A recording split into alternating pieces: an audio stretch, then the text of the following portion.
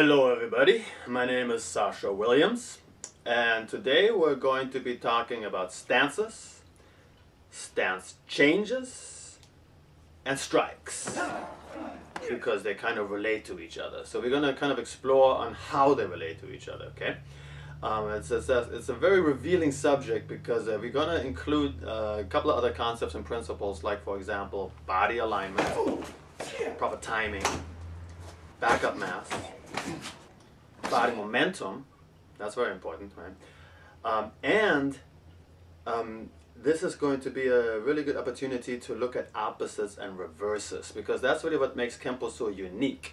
And when we look at the stances and the way stances are being used in Kenpo, you're going to see that they have a very unique role, that they play a very unique role in this art. Right? And opposites and reverses give us a lot of the strikes, especially at the advanced levels, that some people might be confused about why they exist. So let's start looking first at really what a stance even gives us in the first place, right? Why do we even have a stance, and what does a stance do for us, right? Now, regardless of what stance you are in and what type of martial arts you might be studying, a stance, or we can even say the way that you are standing, affects four basic things. It affects how protected you are, how balanced or stable you are, how mobile you are, and whether or not you have the availability of all your natural weapons. Right? Now, some of these things go hand in hand and complement each other, and some they have to compromise. What I mean by that is that when it comes to particularly mobility and balance, they are both solved by the proper distance of your feet. We have in Kenpo the knee to heel relationship, which basically gives us the depth of our stance. Right? Now we have to understand, because this is viewed from the front, from 12 o'clock, like the opponent is looking at us, how far our feet are apart in a fighting stance, in a neutral bow stance. That's our depth, right? That's our depth. How far we are turned, or another way of saying that, how far our back foot has stepped out, that determines our width.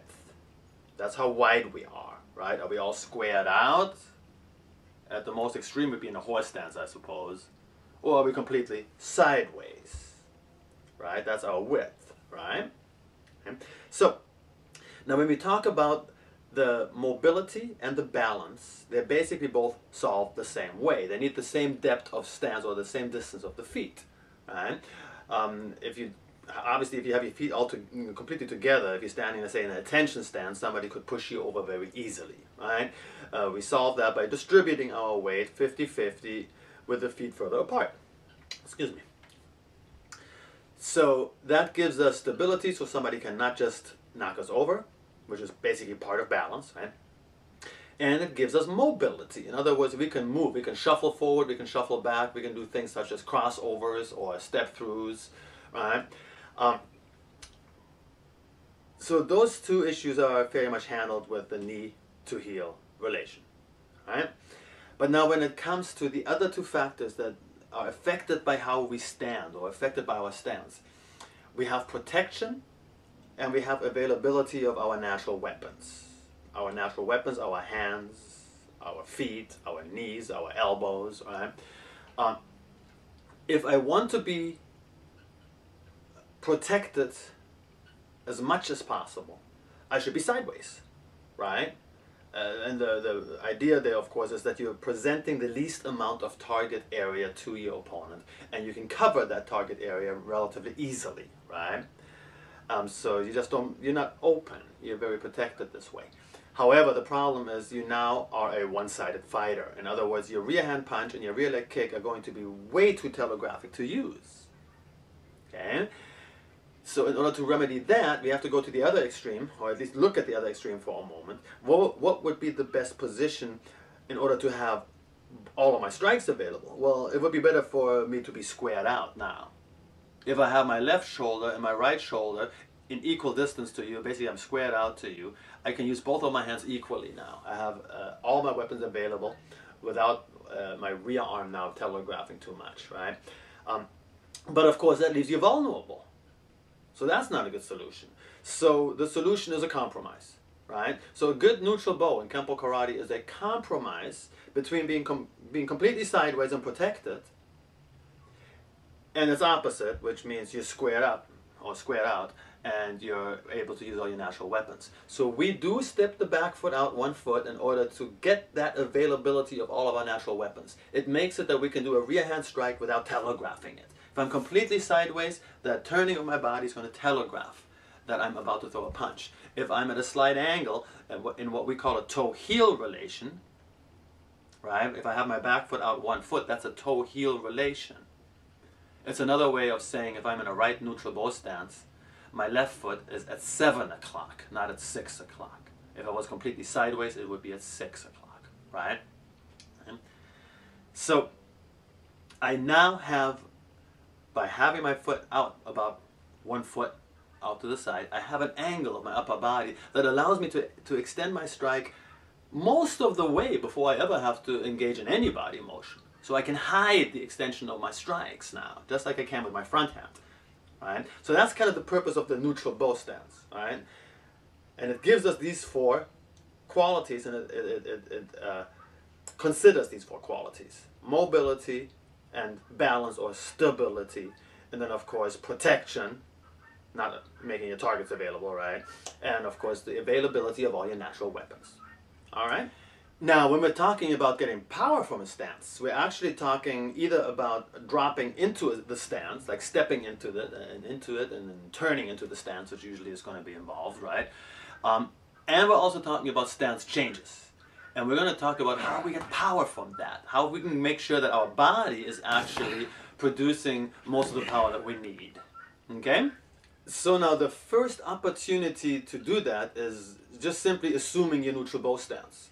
So let's say you step back with your left foot and you step into or turn into a right neutral bow stance. So that rotation that your body is now engaged in can obviously be used for either blocking or striking, right? So, I mean, most students in Kenpo see this already in their very first self-defense technique when they're stepping back and doing an inward block, right? The rotation of your body aids you in the execution of that inward block. It gives you more power when it's properly aligned, because your body is basically pushing the block into position, so to speak, you could say, right? Now, that can be used also with different strikes, right? For example, you could do an inward hammer fist, or a inward hand sword, inward heel palm claw, right? But the ability of the body to help you with strikes is not limited here to just circular strikes. In other words, if my shoulder shoots forward, which it does when I'm rotating, it also helps my linear strikes, right? I can do a heel palm, I can do a horizontal punch, right? We can do elbows, of course, with this. We can do linear and circular strikes, right? And now what's interesting is that even though we're just talking about this one little rotation of turning into the stance, we're going to find that in various places in our self-defense techniques, excuse me. So not just when you're stepping back and executing your first move. It's there often, right? Many self-defense techniques start by pivoting into a neutral bow stance.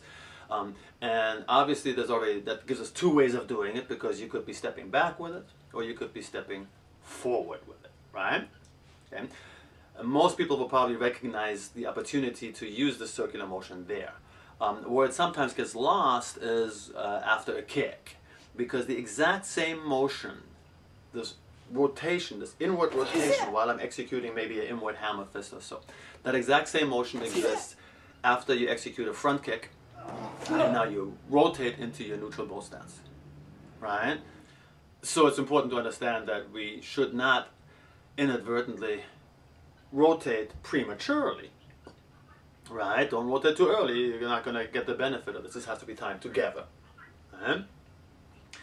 Now, another situation where this is going to come up in your self-defense techniques is when you are already in a forward bow stance. Not a neutral bow, but a forward bow stance. You executed a rear hand strike of some sort, your rear shoulder is forward, you're squared out right now, and you're about to pivot back to a neutral bow stance. That is exactly the same upper body rotation that you had when you just stepped into the neutral bow stance in the first place. Right? And so these are at least 4 different situations where this kind of a rotation exists, and the front arm can take advantage of that, and does. Okay? Now there's a second method of pivoting into a neutral bow stance, but it involves